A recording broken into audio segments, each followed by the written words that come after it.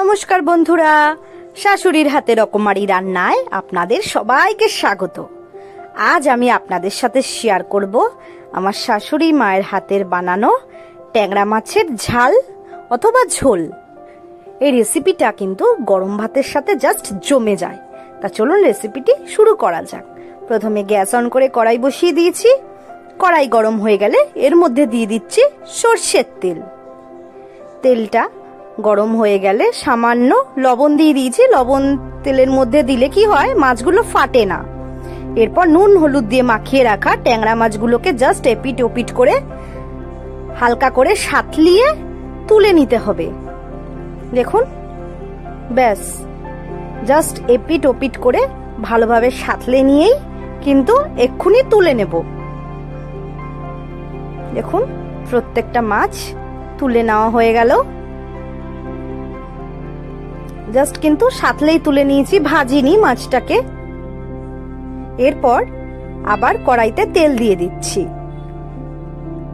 তেল দেওয়া হয়ে গেলে একটু বেশি করেই তেল দিলাম। তেলটা একটু গরম হয়ে গেলে এর মধ্যে কেটে রাখা আলুর টুকরোগুলোকে দিয়ে দিতে হবে। আলুগুলোকে এবার ভালোভাবে একটু ভেজে নেব। আলুগুলো ভালোভাবে ভাজা হতে হতেই এর মধ্যে দিয়ে দেব কুচনো পেঁয়াজ। এখানে দুটো বড় বড় পেঁয়াজকে কিন্তু কুচি কুচি করে কেটে নেওয়া হয়েছিল। এবার পেঁয়াজ আর আলুটাকে কিন্তু ভালোভাবে ভেজে নিতে হবে। এই অবস্থায় এর মধ্যে দিয়ে দেব টমেটো বাটা আর আদা বাটা। এখানে দুটো টমেটো আর একটা আদার টুকরোকে বেটে দেওয়া হয়েছিল।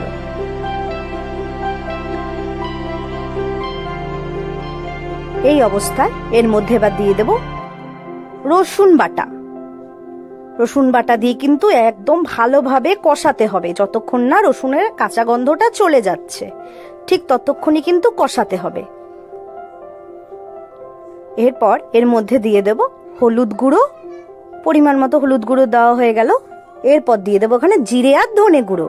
জিরে আর ধনে গুঁড়ো দিয়ে কিন্তু এবার ভালোভাবে দেখুন নাড়িয়ে চাড়িয়ে নিচ্ছি।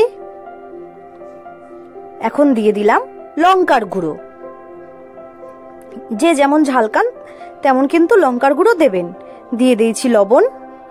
এরপর কিন্তু ভালোভাবে কষাতে হবে। সামান্য জল দিয়ে দেওয়া হয়েছে।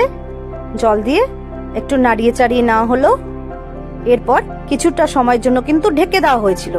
কিছুটা পরে ঢাকা খুলে দিয়েছি। দেখুন, কষানোটা থেকে কিন্তু তেল বেরিয়ে যাচ্ছে, মানে কষানোটা পারফেক্ট হয়ে গেছে। একটু দেখে নেব আলুগুলো আবার সেদ্ধ হলো কিনা। এরপর এখানে পরিমাণ মতো জল দিয়ে দিতে হবে। যেহেতু এটা ট্যাংরা মাছের ঝাল হবে, ওর জন্য কি জলটা একটু কমই দেব। এর মধ্যে দিয়ে দেবো এবার কাঁচা লঙ্কা। কয়েকটা কাঁচা লঙ্কা দিয়ে সাঁতলে রাখা ট্যাংরা মাছগুলোকে দিয়ে দিতে হবে। এবার একটু নাড়িয়ে চাড়িয়ে নিচ্ছি। দিয়ে দেব আর একটু লবণ। কিছুটা সময় কিন্তু ফুটবে মাছগুলো। কিছুটা সময় ধরে কিন্তু ফুটতে দিতে হবে। দেখুন, ট্যাংরা মাছের ঝাল কিন্তু একদমই রেডি। খুবই সোজা রেসিপি এটা, খেতে কিন্তু দারুণ হয়। একটু সামনে এনে দেখালাম, দেখুন কালারটা কত সুন্দর এসছে। এরপর নামানোর আগে এর মধ্যে দিয়ে দেব গরম মশলার গুঁড়ো। ব্যাস, আর কি, ট্যাংরা মাছের ঝালের রেসিপি কিন্তু একদম রেডি। তা বন্ধুরা, রেসিপিটি কেমন লাগলো অবশ্যই জানাবেন। যদি ভিডিওটি ভালো লেগে থাকে তাহলে কিন্তু একটা লাইক করে দেবেন অবশ্যই। আজ তবে এইটুকুই থাক।